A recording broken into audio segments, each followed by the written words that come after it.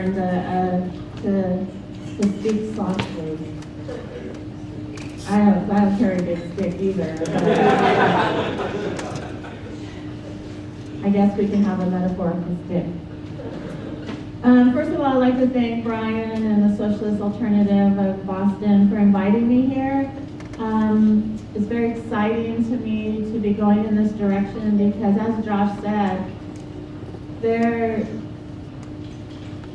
it was one thing to be anti-war when George Bush was president. You know, at first, when I first started, when my son was killed, it wasn't even cool then.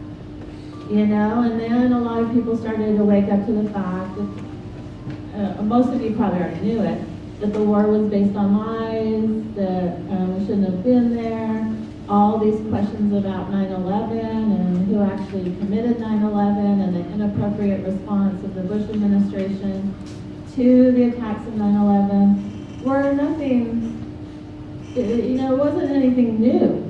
It wasn't something, that we just woke up one day on 9/11 and were attacked. This country has been a destructive imperial force on this continent since white Europeans first came over here.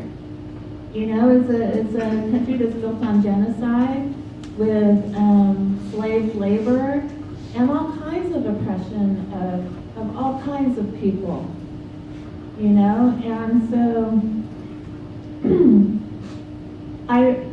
it kind of became cool to be anti-war and anti-Bush. And the Democratic Party and the Democratic Party operatives, whom I thought were anti-war at first. I thought organizations like Move On and United for Peace and Justice were anti-war, but no, they were anti-Bush, anti-Republicans. And so they swooped in, they took the movement that didn't start, but grew during 2005 when I camped out in front of George Bush's ranch. I camped out there opposing the wars, and I went to what I thought was the source of the wars at the time. And so people thought that would be a really good way to exploit people's anti-war feelings and anti-Bush feelings to get Democrats elected. And you guys are gonna laugh, because I've come at all this stuff organically. I haven't studied for years about Marxism. I haven't studied for years about U.S. imperialism, even though I went to college at UCLA and studied history. We didn't study anything about too much about empire or movements.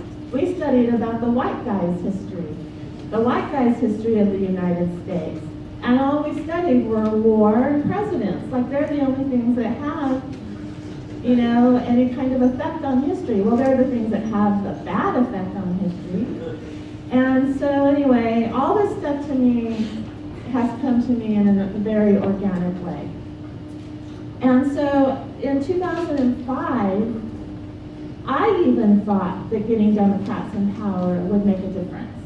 And so I went and I helped fundraise for the good Democrats that I thought were good, like Dennis Kucinich and Lynn Woolsey, Maxine Waters,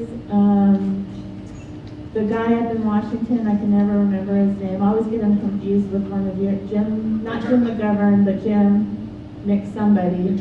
McDermott, thank you. And so anyway, I thought that and I thought that working for Democrats and getting Democrats in power would make a difference.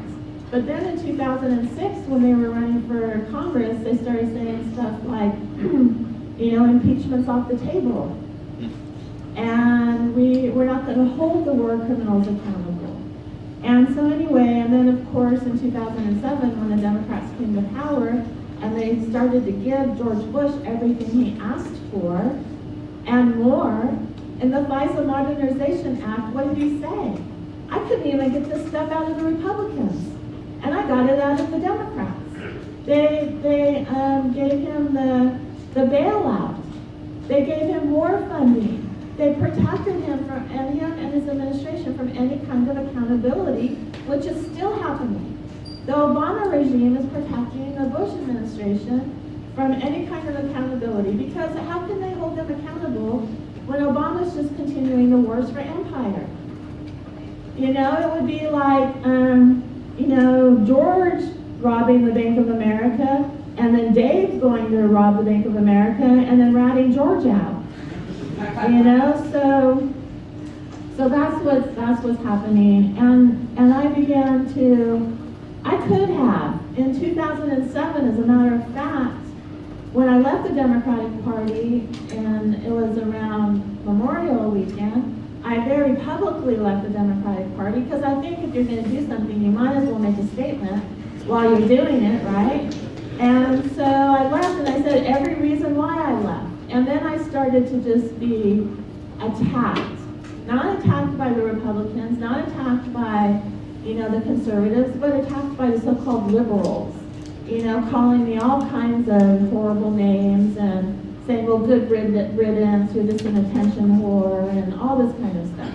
So then I just said, forget it, I'm just packing it in. I just can't even be involved in a movement like this anymore. And that lasted for like 4 weeks. And it was the shortest retirement in retirement history. And then George Bush pardoned Scooter Libby, didn't pardon him, he commuted his sentence for his part in the outing of Valerie Plame, that really had a lot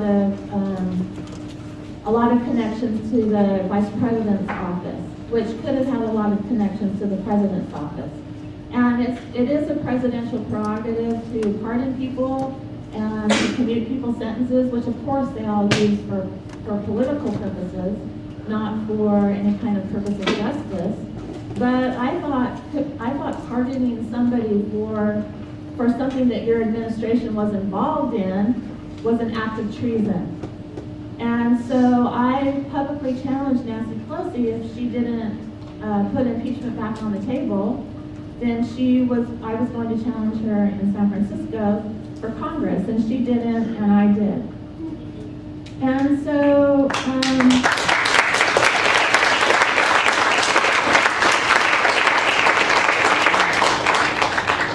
I actually have post-traumatic stress disorder from that campaign. And I'm trying to write a book about it called I Left My Marbles in San Francisco.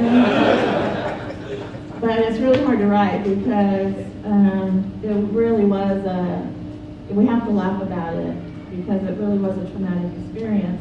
But that's when I'm glad I did it, even though it was a traumatic experience, because that's when the whole we can't say capitalism is failing, because it's doing what the capitalists want it to do. And so, but it's failing for us. And so the whole failure of the system, that's when, during my campaign, when it started to be highlighted to me. They don't want our voices in the government. They don't want somebody who has had to struggle. They don't want somebody who's struggled financially, struggled politically, struggled socially, struggled with the heartbreak of the results of their wars for